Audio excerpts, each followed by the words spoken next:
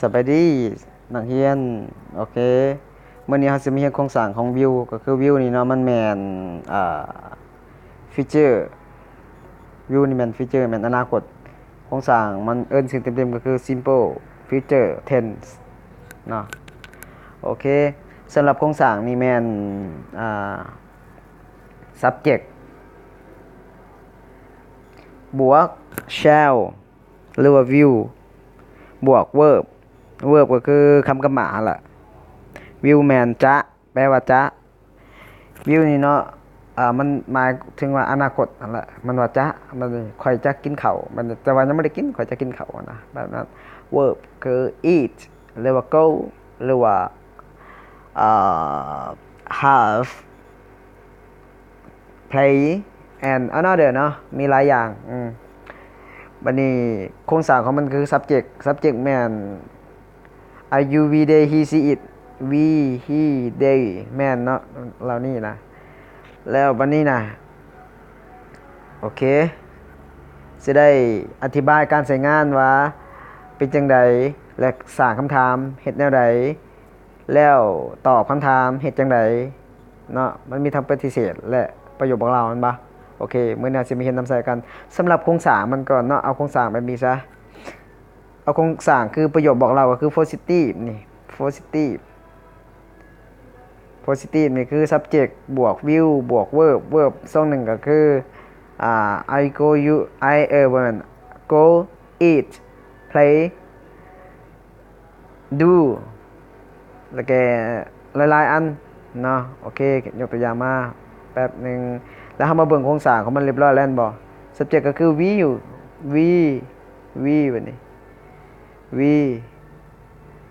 we shall move to another city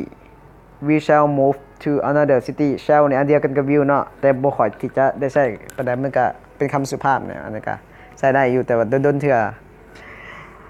บางกะละบางเวลาแต่ส่วนหลายเฮาจะได้เห็นแม่น will เนาะบัดนี้นะแปลว่าพวกเฮาจะ move ไปเมืองอื่นๆคือจะmove ไปเมืองอื่นนะแต่ยังบ่ได้บอกว่าเมืองใดนะโอเคบัดนี้he ประโยคต่อมาคือ he will come to New York tomorrow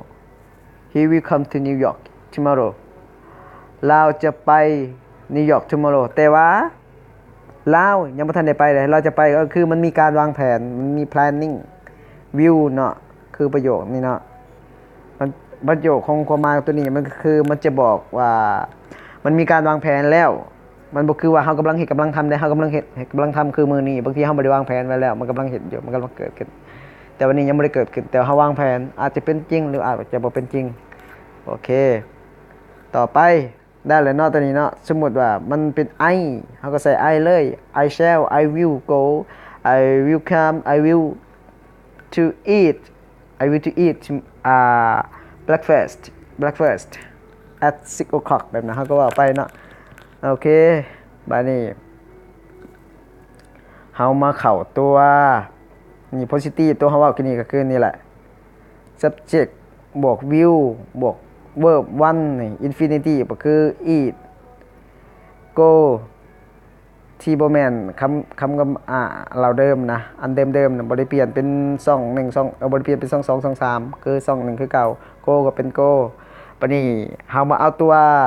ประโยคปฏิเสธโครงสร้างของประโยคปฏิเสธเนาะเห็นเนาะ negative form นี่เนาะ negative form โอเค negative form sentence นี่ subject ก็คือเก่า I you we they he she it มาบัดนี้คือ will นี่เนาะต้องมี not แค่นั้นเข้ามาก็คือเป็นประโยคปฏิเสธถ้าเป็นคำย่อ attraction ก็คือ want บวก verb one verb infinity ก็คือเก่าคำกรรมะที่บ่เปลี่ยนรูปก็คือ verb 21บ่แม่น22เนาะหลังจากนั้นเฮาสิมายกตัวอย่างการใช้งานของมันปึ๊บปฏิเสธแม่นบ่ปฏิเสธโอเคปฏิเสธก็คือ she will not be a doctor soon she will not be a doctor soon แปลว่าเราจะบ่เป็นwe เราจะบ่เป็น ท่านหมอในวัยนี้เลยแล้วจะบ่ได้เป็นท่านหมอในวัยนี้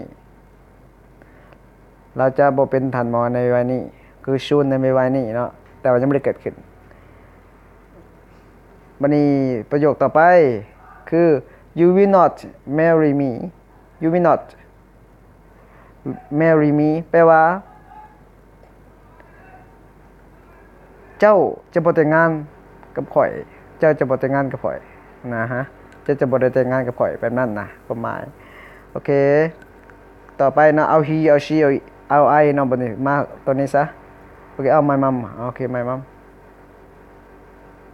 โอเค my mom will not retire next year my mom will not หรือว่า want my mom won't retire next year แม่ของข่อยจะบ่ได้เกษียณในปีหน้าโอเคเกษียณนะก็คือแบบว่าเราสิบำนาญแล้วปริมาก็เข้าใจเลยนะโครงสร้างก็มันก็คือนี่แหละก็คือ subject นะ subject หมดนี่ subject นี่ subject นี่ subject I will see นี่นะแล้วก็หมดที่หมด V หมด I นี่ main subject แล้วก็มาเติมแค่ will not แล้วก็บวก verb เลยเนาะก็แค่นั้นมันก็จะเป็นประโยคปฏิเสธ will not แค่ will not ซื่อต่างกันแค่นี้แล้วมาประโยคต่อไปผ่านไปแล้ว2ประโยคคือประโยค positive ประโยคบอกเล่าประโยค negative คือประโยคปฏิเสธมาคำถามแล้วก็รูปแบบคำตอบพร้อมคำถามเนาะสำหรับคำถามโอเคสำหรับคำถามบ่สำหรับคำถามแม่นเขาจะเอา view นี่ดิโครงสร้างของมันนี่เนาะ view แล้วก็บวก subject บวก verb 1นี่ verb กับ infinitive เนาะคือว่าเนี่ยตัวนี้มาอยู่ทางหน้าปึ๊บนั่นแหละมันเปลี่ยนจาก subject เนาะตัวที่มี subject อยู่ทางหน้าแม่นบ่อยู่ทับ it แล้วบ่แม่นแล้วนี่ subject มันอยู่ตัวที่2view มันอยู่ตัวที่1แล้วก็บวกด้วย verb doctor นี่doctor นี่เนาะโอเค doctor แม่นามนี่ verb ก็คือ be มั้ย be doctor เนาะนี่คือน้ำหนาเด้อนี่แม่นนี่แม่นคำนำหน้านามคือคือด็อกเตอร์แหละมันถามว่าประโยคนี้ได้ถามว่า will she be a doctor soon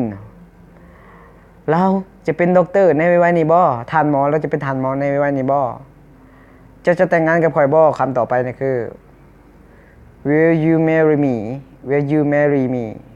แปลว่าจะแต่งงานกับข่อยบ่แต่ยังไม่ได้เกิดขึ้นนะเพราะมันมีจะคำนี้จะขึ้นจะโดยตลอดนะคำประโยคต่อไปตัวนี้ปึ๊บwill the president allow this will the president allow this แปลว่าประธานาธิบดีอนุญาตนี่บ่จะอนุญาตนี่บ่นะคือแบบ this คือเฮาได้เว้ากันมาแล้วเนาะเฮาเข้าใจเรื่องราวกันแล้วแต่เรื่องเอกสารนี่ว่าเนาะตัวอย่างก็คือแบบว่าสมมุติว่าเฮาจะประมูลดินตัวนี้แล้วรัฐบาลสามารถให้ประมูลตัวนี้บ่หรือยังนะแต่ว่าเฮามาถามเลยว่ารัฐบาลบ่แม่นประธานประเทศจะอนุญาตให้เฮ็ดสิ่งนี้บ่อะไรหมายความว่านี่แหละก็คือประโยคคือแบบนั้นแหละประโยคต่อไปแม่นเอาตัวนี้ซะวิวฮีบัดนี้ก็คือบุรุษที่3นี่บุรุษที่3วิวบวกฮีบวกบวก play ก็คือ verb play นี่คือ verb basketball ก็คือ noun เนาะคือ noun ก็คือ will he play basketball will he play basketball เราจะเล่นกีฬาบ้านบ่วงบ่เราจะเล่นบ้านบ่วงบ่มาความว่าจังซั่นเนาะคำถามโอเคแล้วก็มันนี่คำประโยคต่อไปคำถามประโยคต่อไปก็คือ will we leave the house will we leave the house ตัวนี้เนาะ will we leave the house อันนี้แมน verb ตัวนี้แมน subject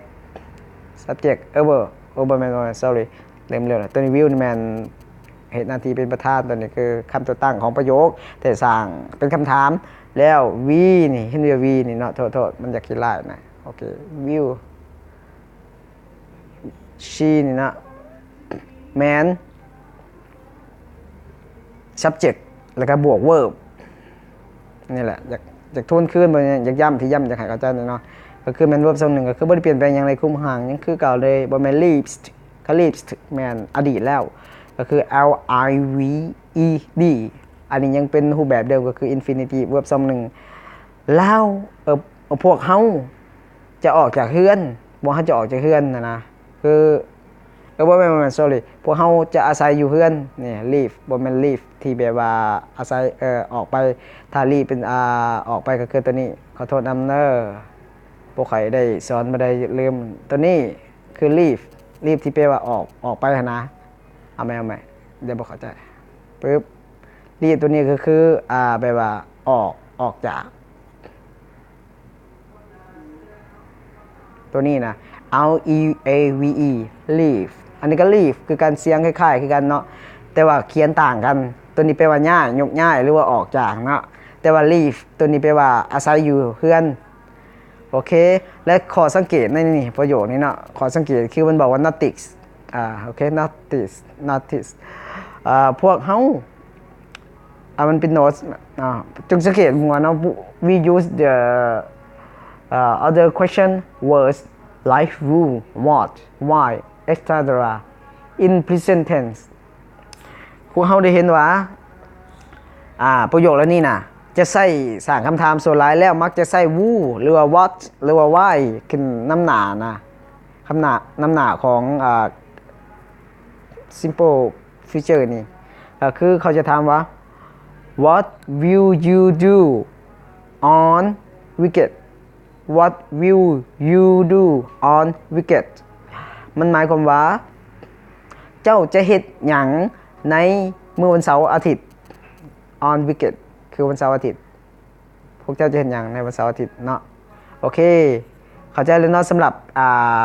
ประโยคคำถามต่อไปคือประโยคคำตอบคือมันมีตอบสัตว์เนาะจะเอาแบบตอบสัตว์เลยโอเคคำตอบเนาะนี่ปึ๊บโครงสร้างของมันคือ short answer form of future simple ตอบสั้นของประโยคอนาคตกะละอนาคตเนาะ yes no วันนี้ก็แค่นี่ซื่อๆปึ๊บ yes สมมติถ้าตอบไป yes ก็ I will ถ้าตอบปฏิเสธเนาะบ่เขาบ่ได้ไปบ่มันบ่แม่นบัดนี้แบบนั้นนะก็คือ no แล้วก็บวกด้วยwill not แค่นั้น subject ก็คืออิงตามคำถามที่สร้างขึ้นมาถาม he ถาม she ถาม you ถามthey and another เนาะอะไรหลายๆอย่างโอเคเขาก็จะตอบใส่ subject คำนั้นมาตอบเนาะเขาก็เบิ่งถามที่เขาถามหาไผถามเกี่ยวกับหยังแล้วตอบคำนั้นสมมุติถามว่า will you go tomorrow เขาก็ตอบว่าเขาบ่ได้ไปบ่เขาต้องตอบว่า no แล้วปึ๊บI will not เนาะหรือว่า I want เขียนมาอยากได้เนาะเท่าหลายโอเคหวังว่าสิเข้าใจแล้วสำหรับการใส่และก็รายละเอียดต่างๆแล้วก็บอกหลักๆเลยนะความหมายของนี่นะ simple future tense แม่นประโยคอนาคตกะละอนาคตที่มีการวางแผนเนาะต่างจากประโยคที่กำลังทำเด้อประโยคที่กำลังทำคือกำลังเฮ็ดอยู่แล้วตอนนี้มันกำลังสิเกิดขึ้นแต่มันบ่มีการวางแผนไว้ล่วงหน้านี่คือความแตกต่างเนาะบางทีอาจารย์ถามประโยคอนาคตนี่เนาะมันกำลังจะเกิดขึ้นแล้วมันแตกต่างกันได้กับประโยคกำลังทำของ present simple present continuous as tense เนาะตัวว่า I'm going to school นี่ก็คือมันข่อยกำลังสิไปโรงเรียนนะมันก็หมายความว่าอนาคตแต่ว่ามันสิเกิดขึ้นแท้ข่อยกำลังสิไปเลยเด้ but ของประโยคของ simple future tense นี่นะ I will go to school ก็คือว่าข่อยจะไปโรงเรียนแต่มันยังไม่ได้เกิดขึ้นเลยมันเป็นการวางแผนแล้วข่อยจะไปโรงเรียนแต่ว่ามันบ่แน่นอนตัวนี้มันคือการวางแผนแต่ยังไม่ได้กระทำโอเคสำหรับมื้อนี้แม่นจบลงแล้วถ้ามากก็กดหัวสิงไข่สครับขอ Subscribe กดไลค์กันเด้อ โอเคเท่านี้ล่ะบ๊ายบายโชคดีเด้อ